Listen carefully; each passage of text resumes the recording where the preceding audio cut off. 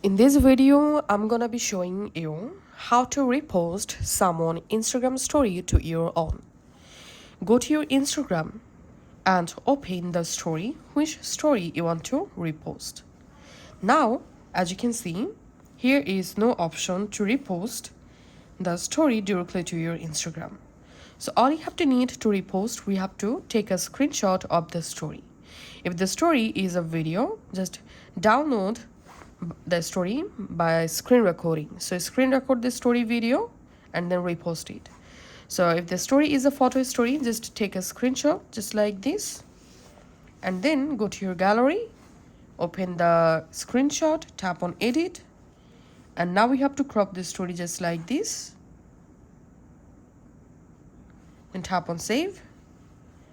Now go to your Instagram, tap this story, select the screenshot, tap on your story to publish.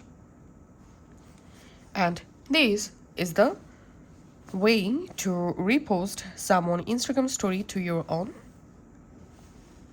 Thanks for watching.